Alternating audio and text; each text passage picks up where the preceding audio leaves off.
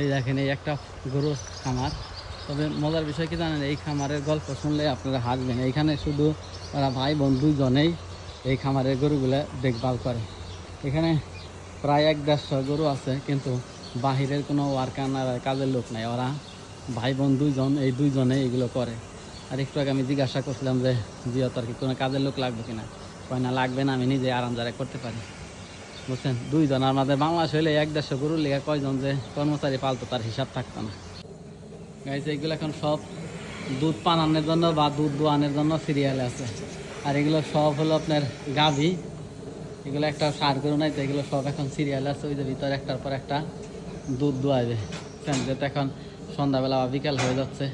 আর এরকম গরুর ফার্ম যদি আমাদের বাংলাদেশে কেউ থাকে সে কিন্তু কোটিপতি। আর এখানে অ্যাকচুয়ালি এত বেনিফিট পায় না, কারণ ওরা দুধ বিক্রি করে 50 সেন্ট বা 30 সেন্ট। আর এগুলো যারা বাজারজাত করে তারা না মার্কেটে বিক্রি করে 1.5 টাকা 2 টাকা লিটার। এখানে এত বেনিফিট পায় না। এই দেখেন এখানে এখন দুধ দোয়াইতেছে। এটা একটা মেশিনে, সব মেশিনের সাহায্যে এখানে সব দুধ দোয়াই, যে দোয়ানো হলে এই দিক দিয়ে বাইরে যায়, আবার ওই যে দিক দিয়ে আসে। এই দুই সিরিয়াল ওই যে এই আসতেছে, ওই যে হচ্ছে Jio Jio hay bisogno una persona no perché no। এগুলো সব এখন মেশিনের সাহায্যে সব কী বলে গাভী দোয়াইব।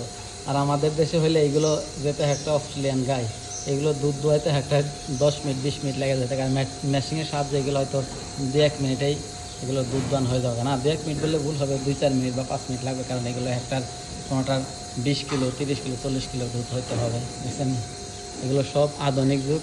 আর ইতালিতে সব মেশিনের সাহায্যে, ফার্মে এত কষ্ট নাই, এত কাজে কষ্ট না। সব মেশিনের সাহায্যে দুধ দোয়ায়, ঘাসও সব মেশিনের সাহায্যে নিয়ে দেয়, নিয়ে আনে, এত পরিশ্রম না।